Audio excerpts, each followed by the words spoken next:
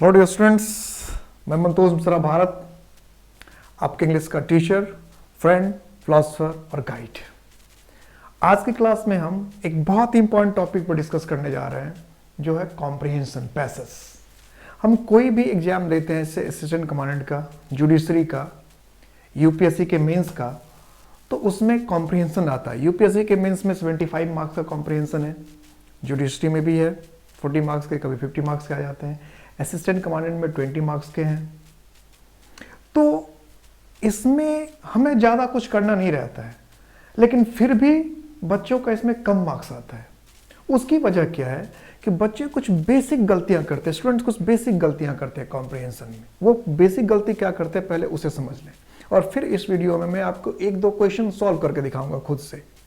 एक दो क्वेश्चन जो प्रीवियस ईयर का हुआ, असिस्टेंट कमांडेंट का या यूपीएससी का, किसी एक का क्वेश्चन लेकर मैं एक दो क्वेश्चन सॉल्व करके दिखाऊंगा कैसे लिखा जाना चाहिए आंसर। तो इसलिए इस वीडियो को आप अंत तक देखें। अगर आप यूपीएससी कंपलसरी इंग्लिश का एग्जाम देना चाहते हैं, असिस्टेंट कमांडेंट का एग्जाम देना चाहते हैं, या जुडिशरी का आपका एग्जाम है और कॉम्प्रिहेंशन आपके एग्जाम में आता है, आपको आंसर लिखना है, तो आप इसको ठीक से देखें और समझें, इस वीडियो को अंत तक देखें। एग्जाम्पल कैसे मैं सॉल्व करता हूँ उससे भी देखिए। तो कॉम्प्रिहेंशन जो बेसिक वर्ड है वो कॉम्प्रिहेंड से बना है। कॉम्प्रिहेंड का मतलब होता है समझना, किसी चीज को समझना। तो अगर हम किसी चीज को समझ जाएंगे तो उसे हम अपने शब्दों में व्यक्त कर सकते हैं, और किसी चीज को हम समझेंगे नहीं तो हम क्या करते हैं, क्वेश्चन के वर्ड्स देखते हैं और पैराग्राफ में जो वर्ड्स है उसे देखते हैं और उस चीज को मैच कर देते हैं। नतीजा क्या होता है कि हमारे आंसर एक या दो सेंटेंस में खत्म हो जाते हैं, जबकि जब आपको आंसर लिखना है तो जो मार्क्स देखना है उस मार्क्स को देखकर उसके हिसाब से वर्ड्स होना चाहिए। जैसे सपोज करते हैं कि असिस्टेंट कमांडेंट में हम देखें कि अगर ऐसे लिखना है 20 मार्क्स का है तो 300 वर्ड्स लिखना रहता है। तो 300 वर्ड्स लिखना है और 20 मार्क्स है, तो 5 मार्क्स के क्वेश्चन जब कॉम्प्रिहेंशन में है या 4 मार्क्स के क्वेश्चन है तो इसको हम डिवाइड करें तो अगर 20 मार्क्स में 300 वर्ड्स लिखने हैं हमें, तो 4 मार्क्स में कितने 75 वर्ड्स लिखने पड़ेंगे, है ना। ये बात हम भूल जाते हैं। रिपोर्ट को देखें तो वो 10 मार्क्स में है और हमें 200 वर्ड्स लिखना है, तो 5 में क्या हो गया, 100 वर्ड्स हो गए। तो एक ऐसा एक रफ आइडिया है। इसका मतलब जब 5 मार्क्स का हमारा या 4 मार्क्स का एक क्वेश्चन है तो कम से कम 50 to 80 वर्ड्स तो हमें लिखना चाहिए। अगर लिमिट नहीं दे रखा है तो, स्पेस नहीं दे रखा। कुछ जगह क्या होता है कि नोटबुक में आंसर सीट में हमें स्पेस दिया रहता है, तो उस स्पेस में ही लिखना है। तो जब उस स्पेस में लिखना है तो वो सबसे बेहतरीन बात है, फिर तो हमें कोई प्रॉब्लम ही नहीं है। नहीं तो कोशिश कम से कम ये कीजिए कि अगर 5 मार्क्स का है, 4 मार्क्स का, तो कम से कम 50 वर्ड्स में तो लिखें। अब 50 वर्ड्स हम लाए कहाँ से, 50 वर्ड्स हम लाए कहाँ से? तो 50 वर्ड्स कैसे लाया जाता है, कैसे आते हैं, यही चीज़ सिखाने के लिए मैं आपको ये वीडियो बना रहा हूँ कि जब आप एग्जाम देने के लिए जाएंगे तो देखेंगे कि कैसे हम अपने शब्दों में आंसर को लिखते हैं और वर्ड्स कैसे अपने आप बढ़ जाते हैं। तो होता क्या कि अभी हम जो पैराग्राफ के सारे वर्ड्स है उसी को रिपीट कर देते हैं, तो हमें समझ में नहीं आता है कि वर्ड्स का लिमिट हम कैसे बढ़ाएं। और कभी कभी क्या होता है कि जब हूबहू वही पैराग्राफ के वर्ड्स सब लिख देते हैं तो मार्क्स हमें नहीं देता है, क्योंकि जब लिखा है right in your on words और आपने पैराग्राफ में जो वर्ड्स है उसी को कॉपी कर दिया, तो किस बात के आपको मार्क्स दिए जाए। बनना चाहते हैं आप असिस्टेंट कमांडेंट, बनना चाहते हैं आप जज, और साफ साफ इंस्ट्रक्शन आपके सामने लिखा है कि राइट इन योर वर्ड्स और आप कॉपी कर रहे हैं, तो क्या यह सही है?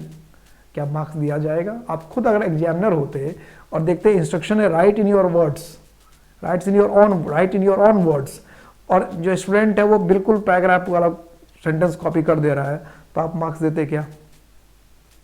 ये तो आप मुझे धोखा दे रहा है, मुझे चीट कर रहा है, ये तो मेरे इंस्ट्रक्शन को फॉलो ही नहीं कर रहा है।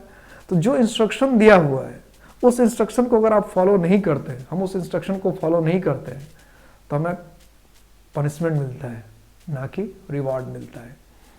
तो आप ग्रामेटिकल कुछ मिस्टेक भी अगर हो जाएगा, अगर आप अपने लैंग्वेज में लिखना चाहते हैं, अपने वर्ड्स में लिखते हैं और एक दो ग्रामेटिकल मिस्टेक भी हो गया, तो एग्जामिनर उसको ओवरलुक कर सकता है। लेकिन उसने इंस्ट्रक्शन दे रखा है कि right in your own words, और आपने पूरे पैराग्राफ में जो वर्ड्स लिखा उसका फोटोकॉपी कर दिया है, तो फिर इस चीज के लिए आपको पनिशमेंट मिलनी चाहिए, मार्क्स नहीं। इसलिए आप अक्सर देखेंगे कि अगर यूपीएससी का एग्जाम देते हैं 300 मार्क्स का क्वेश्चन होता है, 75 मार्क्स का कॉम्प्रिहेंशन होता है, 15 मार्क्स का एक, लेकिन बच्चे को 70 मार्क्स 300 में नहीं आ पाता है। स्टूडेंट को क्यों नहीं आ पाता है? असिस्टेंट कमांडेंट का एग्जाम देते हैं 200 मार्क्स का है, इससे आप हिंदी में भी लिख सकते हैं वहां पर, फिर भी बच्चों को 50 मार्क्स लाने में दिक्कत होती है। 200 में से 50 नहीं आ पाते, 300 में से 70 मार्क्स नहीं आ पाता, 75 प्लस मार्क्स आ जाए यूपीएससी में तो लोग क्वालिफाई कर ही जाते हैं मेंस में।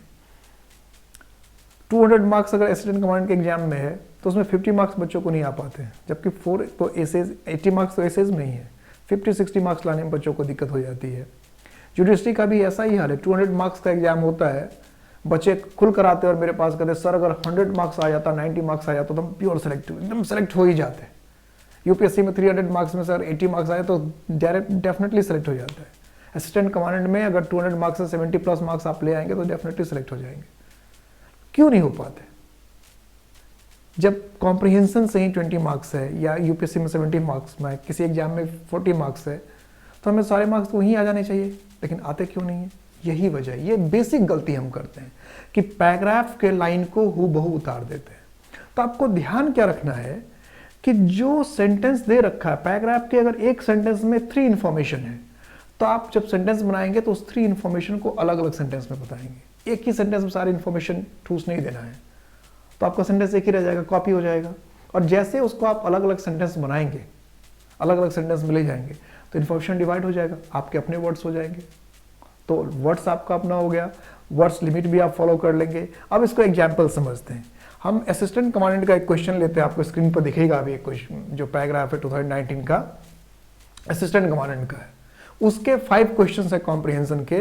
मैं उसके 1 या 2 क्वेश्चन को आपको अभी बोर्ड पे सोल्व करके दिखाता हूँ, जिससे आपको गाइडेंस मिल जाएगा कि कैसे हमें कॉम्प्रिहेंशन में आंसर बनाना चाहिए, क्या करना चाहिए।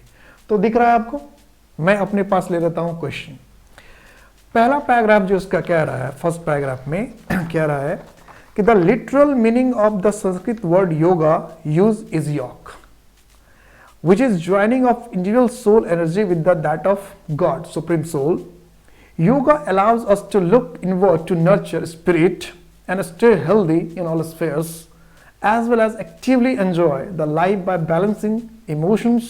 Commonly perceived benefits include reduction of stress, weight management, resolving psychosomatic diseases, strengthen immune system, etc. ये फर्स्ट पैराग्राफ में लिखा हुआ है, ठीक है। अब क्वेश्चन को अगर हम देखें तो फर्स्ट क्वेश्चन कह रहा है कि what are the implications of the word yoga. What are the implications? Implications का मतलब होता है निहितार्थ। निहितार्थ, निहितार्थ का मतलब क्या हुआ? किसी चीज के अंदर छुपा हुआ भाव, गूढ़ अर्थ। तो ये कहना चाहिए कि ये जो वर्ड योगा है इसका क्या इंप्लीकेशन, इसमें ये इनडायरेक्टली क्या सजेस्ट करता है, ठीक है। यानी इंप्लीकेशंस का मतलब क्या है कि ये योगा वर्ड जो है इनडायरेक्टली क्या सजेस्ट करता है। अब ये कितने, इसमें कितने क्वेश्चंस हैं? इसमें 5 क्वेश्चंस, ठीक है, और 20 मार्क्स टोटल है। इसका मतलब 4 मार्क्स। इसका मतलब हमें कितने वर्ड्स लिखना चाहिए? अगर स्पेस दे रखा तो उसी स्पेस में लिखेंगे।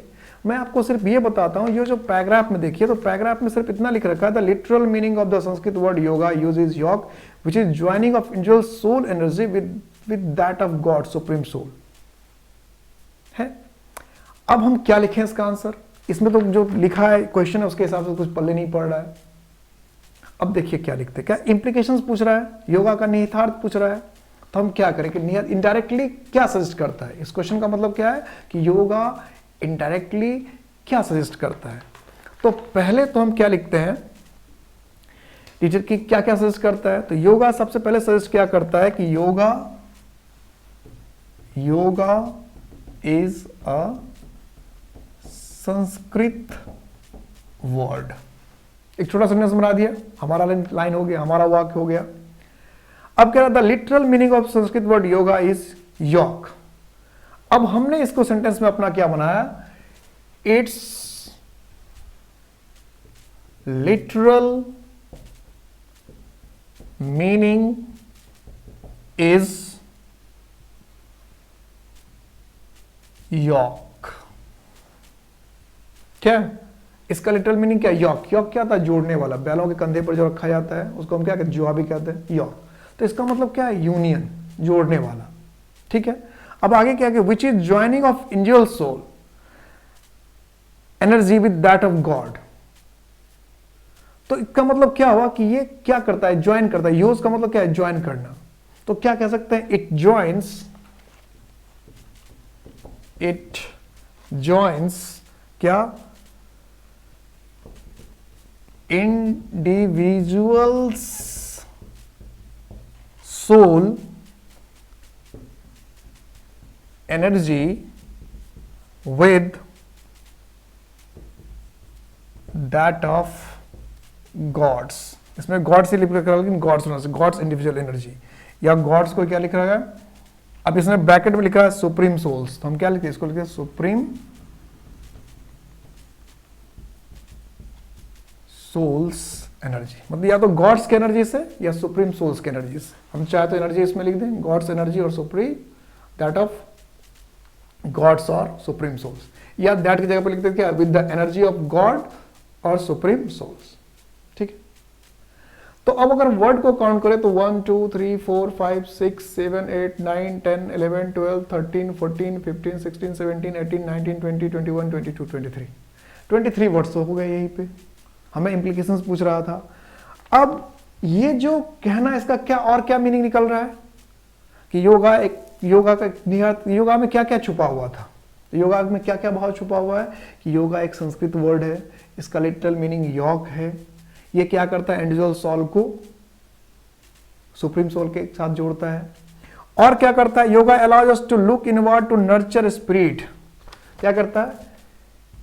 It helps us in looking inward. यह हमें अंदर की तरफ देखने में मदद करता है। It nurtures our spirit. ये सब योगा में छुपा है, यही सब तो छुपा है। ये हमारे स्पिरिट को क्या करता है? हमारे स्पिरिट के लिए, हमारे जो आत्मा है उसको नर्चर करता है, उसको पालता है। एंड क्या करता है? Stay healthy in all spheres as well actively enjoy the life by balancing emotion. तो क्या कर सकते हैं कि हम लिख सकते हैं it helps us in all spheres and balances our emotions। ठीक है, तो कितने वर्ड्स हमने लिखे?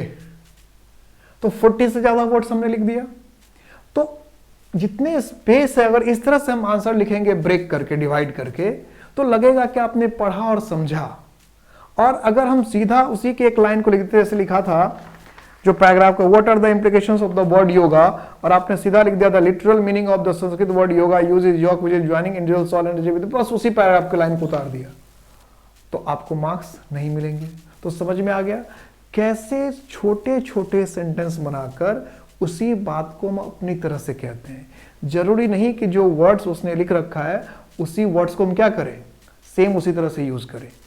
समझ में आ गई बात। अब दूसरा क्वेश्चन है, how is yoga an evolutionary process.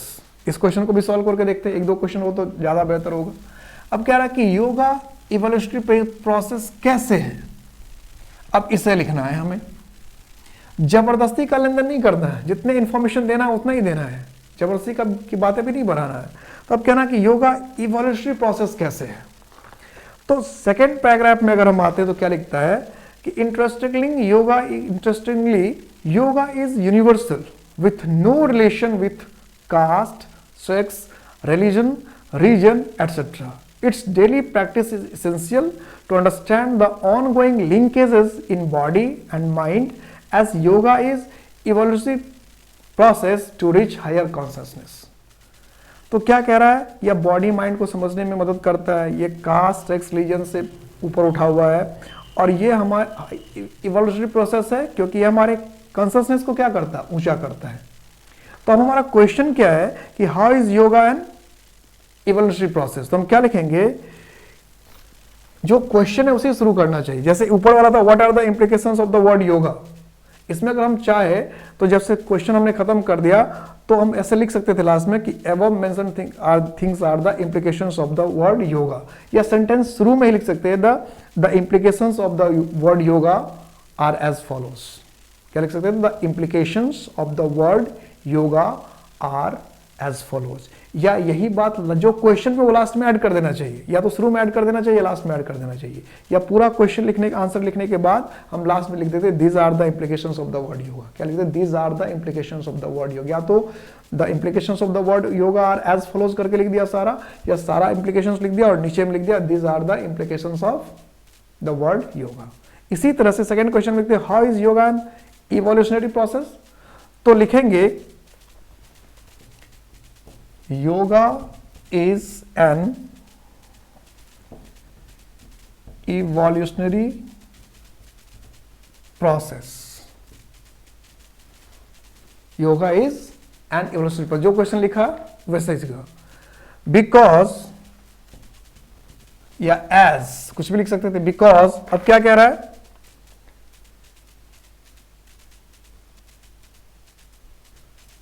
कि ये हायर कॉन्शसनेस को, टू रीच हायर कॉन्शसनेस में मदद करता है। बिकॉज तो हम क्या लिखेंगे, बिकॉज इट हेल्प्स अस क्या, इन रीचिंग हायर कॉन्शसनेस। अब कैसे कि हायर कॉन्शसनेस में मदद करता है, अब इसको एक्सप्लेन करेंगे कैसे। तो ये क्या कह रहा है कि its daily practice is to understand the ongoing linkage in body and mind.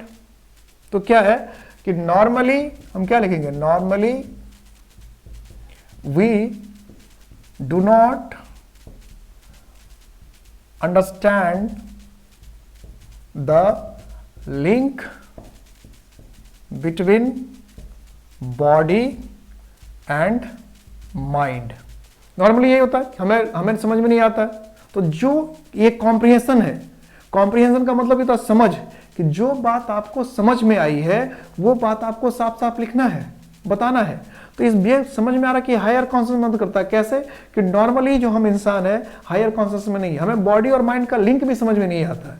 तो जब हम ये बॉडी और माइंड के लिंक को नहीं समझते हैं तो क्या होता है, योगा की जब हम प्रैक्टिस करते हैं, if we practice yoga daily, अगर हम यही लिख रखा है कि इट्स डेली प्रैक्टिस को मैंने अपने लैंग्वेज चेंज कर दिया, जोड़कर चेंज कर दिया कि नॉर्मली हमें क्या करता है, इसने लिख रखा है कि बॉडी और माइंड के लिंक को बताता है। तो हमने उसको अरेंज करने के अपने शब्दों में लिखा कि नॉर्मली लोगों को बॉडी और माइंड के बीच में लिंक पता नहीं होता है। तो जिसकी वजह से जब हम इसकी डेली प्रैक्टिस करते हैं योगा की, तो if you practice yoga daily, we understand the linkage in body and mind। कि जैसे हम डेली प्रैक्टिस करते हैं योगा का तो हम उसके बॉडी और माइंड के जो लिंकेज है उसे हम समझ जाते हैं, समझ में आ जाता है।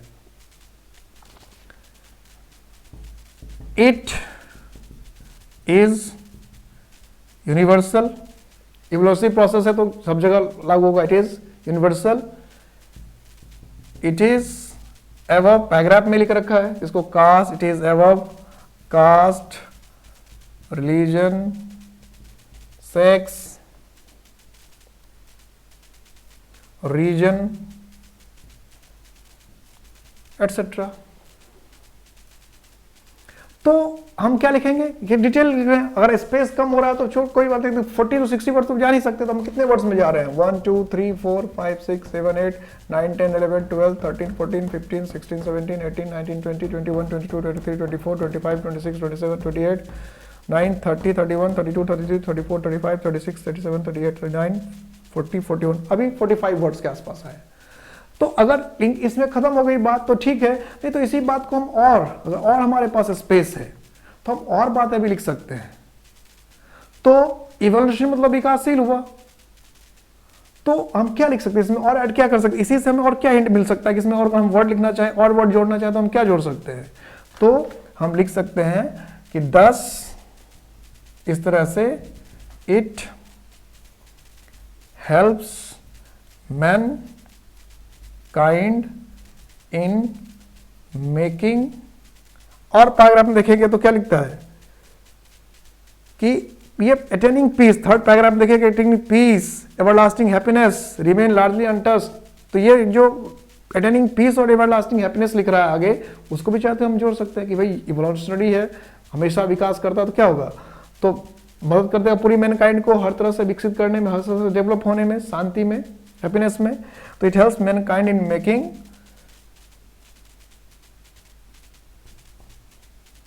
लाइफ